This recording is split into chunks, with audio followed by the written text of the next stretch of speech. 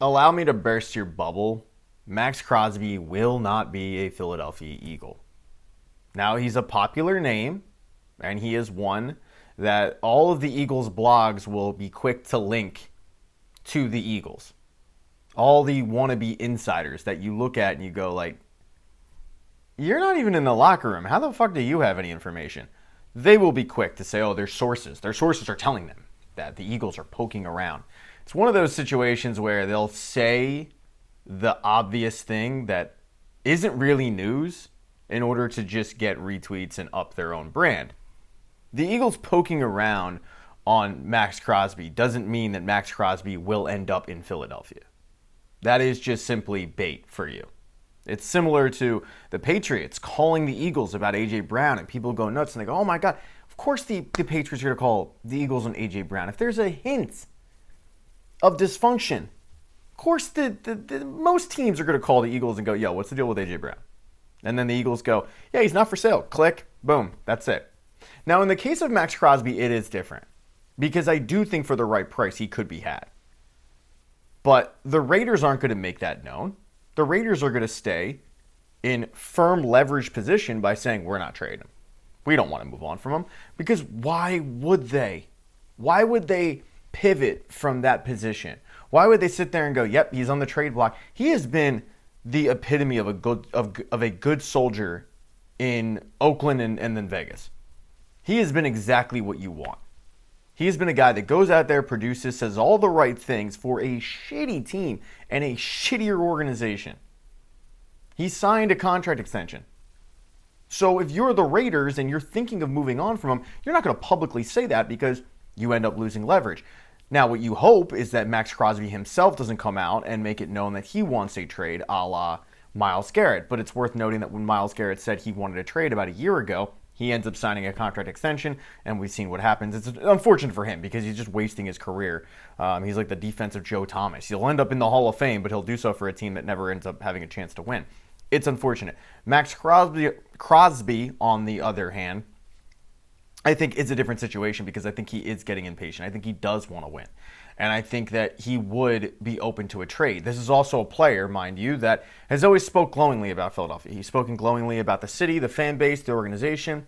And I think the Eagles are one of the teams that has become a destination for players. I think it's been that way for about 20-something years with Andy Reid.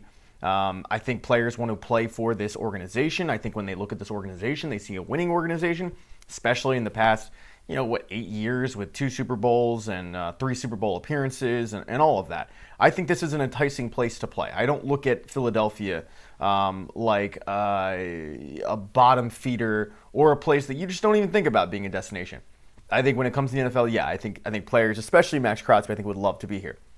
So why is he not going to be a Philadelphia Eagle? Why do I think there is zero shot whatsoever that he becomes a Philadelphia Eagle? It's quite simple. They don't have the capital. They do not have the price. Because as I laid out, Maxx Crosby has yet to demand a trade. The Raiders have yet to say that they are going to do anything but keep him. So there is no leverage for the Eagles. There is no leverage for any buyer in a Maxx Crosby sweepstakes because the position that the player and the team are holding is, we want to be together, we want to make this work.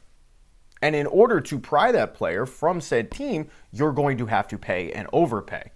Keep in mind, the price tag for Micah Parsons was huge, and that's a guy that was refusing to report to camp, had made it known that he wanted out, and wasn't under contract. The price tag for Maxx Crosby is probably going to be more, just because of the fact that you have a player that still wants to be there. There is no bad blood. There's no rush for the Raiders to trade him. There was a rush for the Cowboys to trade Micah Parsons because that relationship was completely fractured, and even then, it was a haul. So when you look at what the Eagles have to offer, they have a first-round pick, a second-round pick, a third-round pick, a fourth-round pick, and a fifth-round pick. That's it. That's all they have. It's not bad, but it's not enough to get Maxx Crosby. You're going to need multiple day 1 and 2 picks. And they also, mind you, are not in a position to make that kind of trade because they have too many holes to fill. And that's the biggest thing. So, like, if you were to look at the Eagles, right, and you, hypothetically speaking, you go, okay, we're ready to move on from A.J. Brown. That's stupid, but hey, we're ready to move on from A.J. Brown. We'll take a day 2 pick. And I will remind everybody that we thought the Titans were idiots for trading A.J. Brown for a first-round pick. And now here are the Eagles, who might have to settle for a day 2 pick. No, that ain't worth it. But, okay. Hypothetically speaking, let's just play in fantasy land. The Eagles trade A.J. Brown for a second-round pick. Now they have a first-round pick, 2 seconds, a third, a fourth, and a fifth. Maybe they get a second and a fifth. Maybe they get a second and a sixth. Whatever. It's a day 3 pick. But they have a first, 2 seconds, a third, a fourth, and a fifth. Okay. But they also just created a massive hole at wideout. Now, Devontae Smith is incredible, and he's one of the best sure-handed wide receivers. But I still will always look at Devontae Smith as a guy that's a really decent number 1, but he's not a game changer like A.J. Brown. Like, when I look at A.J. Brown, that is a specimen. That is a special, once-in-a-lifetime player. We haven't seen the likes of A.J. Brown since T.O. Like, that's just, production-wise, that is a fact. And Devontae Smith, that's nothing to take away from Devontae Smith. Like, he's great. But I will always look at Devontae Smith being kind of a Robin, whereas I look at A.J. Brown being a Batman. So you're going to need to replace a number 1 wide receiver, or at worst, you're going to need another number 2 wide receiver if you want to slot Devontae Smith into that number 1 spot. You just created that hole. So now you need a number 1 or number 2, whatever you want to call it. I'm not going to die on the hill, but you need a top 2 wide receiver. You need a right guard because Tyler Steen was horrible. Oh, what else do you need? Oh, tight end. You have none. Both your tight ends, Grant Calcaterra, Zachers, hit thumbs down for that. Dallas Goedert, both free agents. So now you need a tight end. You could probably use defensive end help, I would say, right? You need another outside cornerback to play opposite of Quinyon Mitchell. So there you have 5 immediate needs that if the Eagles took any of those positions in round 1, you would go, that makes sense. Yeah, okay, that fits. Now, I said defensive end. So if you make that trade, take away the defensive end, there's 4 other positions, 4 major key positions that the Eagles still have to fill and 0 draft capital to do it. Because if you're trading for Maxx Crosby, you're doing so using that first-round pick and probably both seconds and future picks as well. So now you're not drafting till the 3rd round. You still have a hole at tight end. You still have another hole at tight end because you don't have any on the roster. Again, both tight ends are free agents. You still have a hole at cornerback outside. You still have a terrible situation at right guard. Oh, and by the way, you don't have a lot of depth at the offensive line anyway. Your right tackle is set to retire in probably the next 2 years. Your left guard is contemplating retirement. And the fact that he was back this year is big news. They don't have it. Like, they simply don't have it. This is very similar to you wanting to fly first class, but you only have economy money. If this were another year, okay, I could see it, yeah. One of the reasons why the Eagles were able to get A.J. Brown was because of the fact that the Titans were in a horrible situation. Cap-wise, they hadn't extended him. They weren't going to extend him. They have terrible ownership. But they also had 3 first-round picks that year.